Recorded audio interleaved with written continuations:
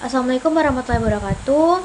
Di sini kami akan mempresentasikan tugas yang berjudul Sunnah sebagai sumber hukum Islam untuk memenuhi mata kuliah Pendidikan Agama dengan dosen pengampu Bapak Dr. Devi Syukri Azhari, SPDL, MPD.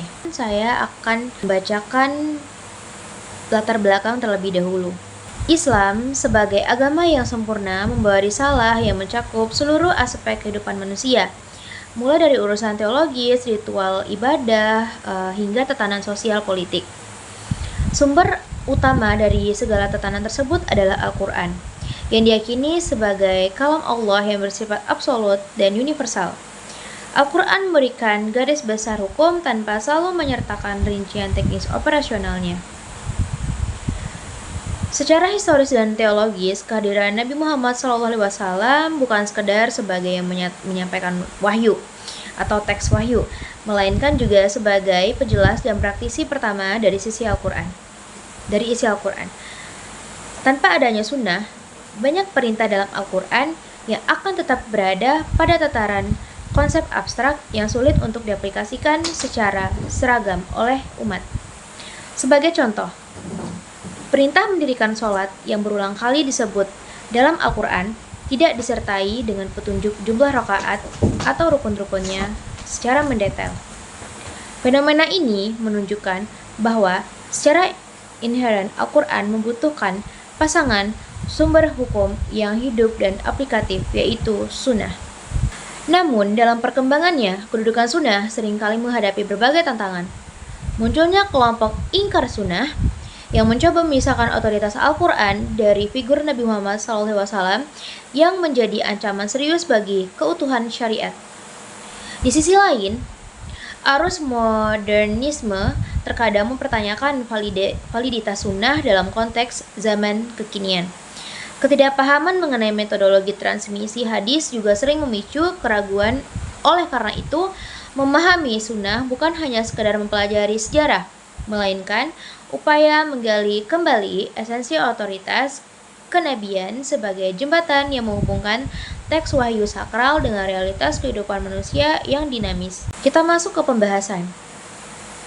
Definisi sunnah secara komprehensif. Ada 3 macam. Yang pertama itu perspektif muhaditsin atau ahli hadis. Bagi mereka, sunnah itu identik dengan hadis.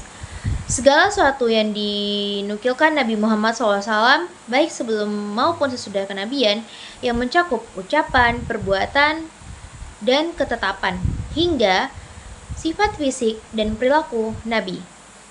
Kedua, ada perspektif usuliyun atau ahli usul fikih. Sunnah dibatasi pada perkataan, perbuatan, dan ketetapan Nabi yang berkaitan dengan penetapan hukum syara. Mereka membedakan antara tindakan Nabi sebagai manusia biasa, seperti cara duduk, dengan tindakan Nabi sebagai legislator hukum. Ketiga, ada perspektif fuqaha atau ahli fikih. Dalam ranah praktis, sunnah sering diartikan sebagai status hukum suatu perbuatan yang berada di bawah derajat wajib, yakni perbuatan yang dianjurkan atau mandub. Materi selanjutnya akan dibawakan oleh teman saya, Siti Rafa Patricia. Saya akan menunjukkan bagian saya, itu pembagian sunnah berdasarkan manifesti. Pertama, yaitu sunnah qauliyah, berupa arahan lisan Nabi. Contohnya adalah sabda Nabi mengenai niat dalam beramal. Yang kedua ada sunnah fi'liyah, yaitu tindakan nyata Nabi yang disaksikan sahabat seperti tata cara haji dan wudhu.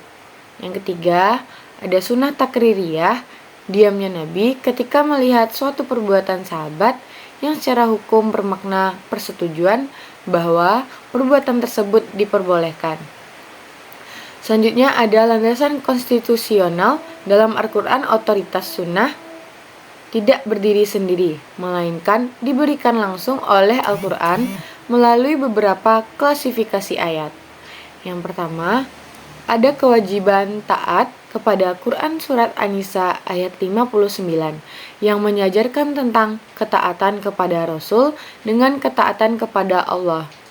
Yang kedua, ada fungsi penjelas, yaitu Quran Surat An-Nahl ayat 44, yaitu dengan menegaskan bahwa Nabi bertugas menjalankan isi Al-Quran kepada manusia. Yang ketiga, ada keteladanan atau uswah, dalam Quran Surat Al-Ahzab ayat 21 menjadikan pribadi Nabi sebagai standar ideal perilaku setiap muslim.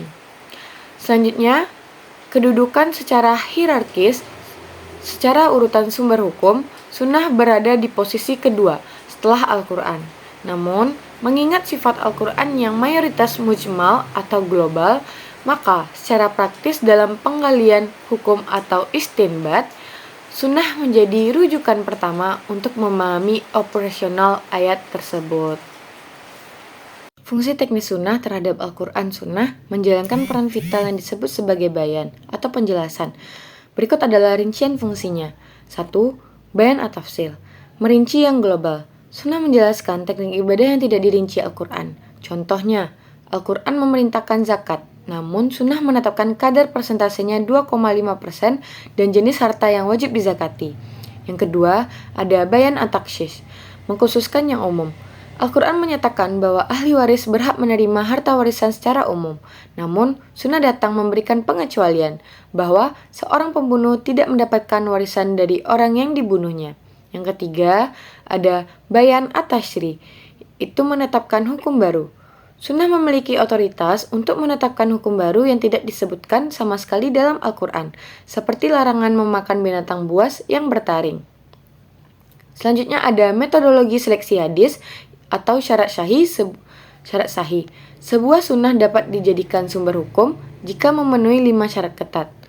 Yang pertama, ittisyal asanad, rantai perawi tidak terputus. Yang kedua, adalah arwat, perawi yang memiliki integritas moral yang tinggi. Yang ketiga, ada adab, perawi yang memiliki ingatan yang kuat atau catatan yang akurat. Yang keempat, ada adam asyud zuat, tidak bertentangan dengan riwayat yang lebih kuat. Yang kelima, ada adam al-ilat, tidak memiliki cacat yang tersembunyi. Selanjutnya, yang terakhir adalah penutup. Kesimpulannya adalah, sunnah adalah ruh dari syariat Islam. Tanpa sunnah, Al-Quran akan kehilangan jangkauan aplikatifnya. Menjadikan sunnah sebagai sumber hukum adalah bentuk konsistensi keimanan terhadap risalah kenabian. Metodologi pelestarian sunnah melalui ilmu hadis menjamin bahwa ajaran ini tetap murni hingga akhir zaman. Sekian presentasi kami dari kelompok 7 tentang sunnah sebagai fungsi. Terima kasih. Assalamualaikum warahmatullahi wabarakatuh.